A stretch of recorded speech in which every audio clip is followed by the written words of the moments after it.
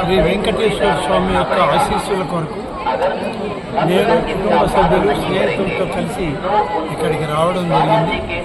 అనేక మంది శాసనసభ్యులు, పార్లమెంటు సభ్యులు, అలాగే మాజీ పార్లమెంటు సభ్యులు, శాసనసభ్యులు చాలామంది కూడా ఇవాళ వాళ్ళు వ్యక్తిగతంగా కూడా వచ్చి స్వామివారి దర్శనం తీసుకోవడం.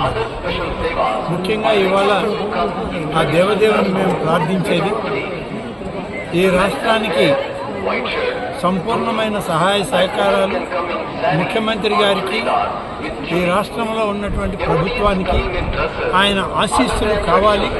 ఆ విధంగా మీరు కూడా ఆశీర్వదించండి అని చెప్పి స్వామివారిని కోరుకోవడం జరిగింది.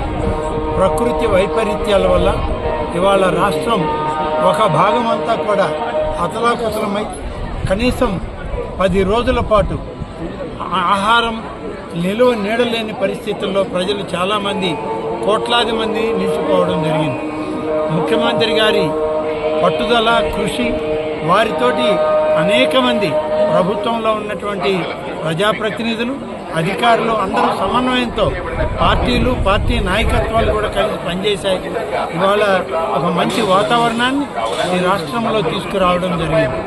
భగవంతుని యొక్క ఆశీస్సులు ఆంధ్రప్రదేశ్ రాష్ట్రంలో ఉన్న అందరి తెలుగు వాళ్ళకి, అలాగే ఈ దేశంలో ఉన్న తెలుగు వాళ్ళందరికీ, ఈ దేశ ప్రధానమంత్రి గారికి, అలాగే ఈ దేశంలో ఉన్నటువంటి యావత్ ప్రజలకు కూడా సుఖ సంతోషాలని, సౌఖ్యాలని ప్రసాదించాలని, ప్రకృతి వైపరీత్యాల వల్ల ఏ ప్రాంతం నష్టపోకూడదని చెప్పి భగవంతుని ఆశీస్సులు కావాలని కోరుకోవడం జరిగింది.